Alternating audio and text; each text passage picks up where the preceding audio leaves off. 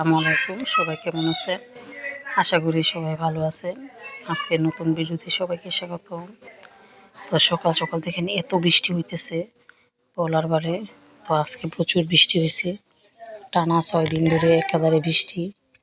তো বৃষ্টিতে ভিজে রান্নাবান্না করে তো আমার মায়ের জন্য কিছু খাবার নিয়ে আসছিলাম। তো এখন আবার বাড়িতে চলে যাচ্ছি। তো আমার মায়ের উঠানটা দেখেন একদম কাদায় ভরে গেছে। আর এদিকে মাশাআল্লাহ গাছে অনেক পেঁপে হয়েছে। এই গাছের পেঁপে আমরা রান্না করেও খাইছি, মাও রান্না করে খাইছে। তো বাড়ি থেকে চলে এসে এখন আমি চটপটি বানাইছি। তো আজকের চটপটি রান্নাটা দেখেন।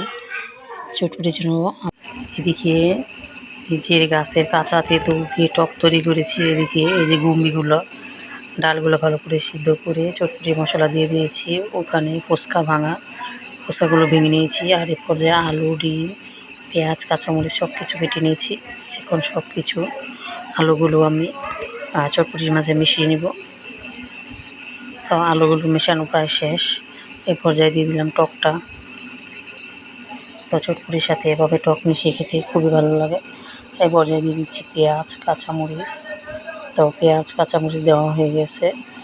আর এখন দিয়ে দিব ডিমগুলো।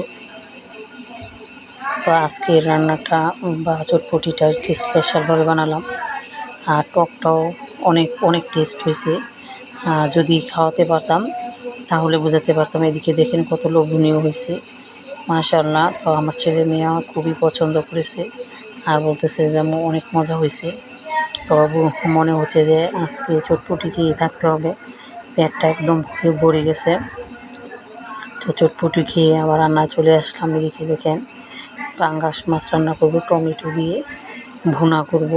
তো সব কিছু একবারে কাটা ধোয়া পরিষ্কার করে নিয়েছি। এই পর্যায়ে মাছগুলো ম্যারিনেট করে নেওয়া হয়েছে। এখন চুলাতে একটি কড়াই বসিয়ে দিলাম, কড়াইটা ভালো করে গরম করে নিয়েছি। আর এই পর্যায়ে দিয়ে দিলাম মাছগুলো। তো মাছগুলো দেওয়া হয়ে গেছে। আর এই পর্যায়ে আমি মাছগুলো ভালো করে ভেজে নিব।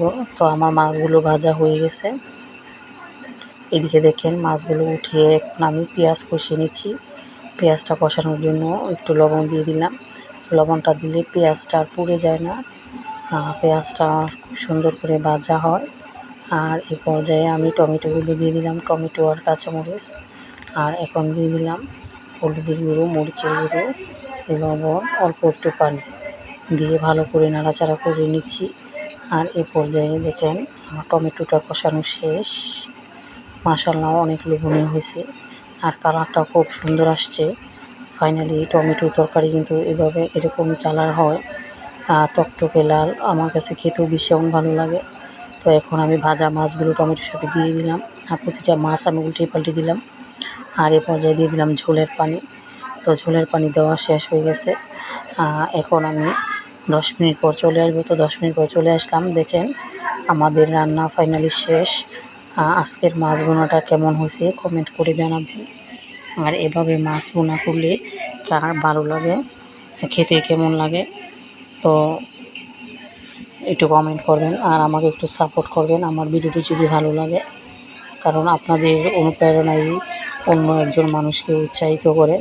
তো আমার বাড়িতে কিন্তু অনেক মেহমান, তো মেহমানদের অনেক শব্দ শোনা যাচ্ছে। তো এদিকে দেখেন মাছের কালারটা মাশাআল্লাহ। আর এদিকে দেখেন মাছগুলো নিয়ে নিয়েছি আমি নাগামরিচ দিয়ে এখন পরিবেশন করব।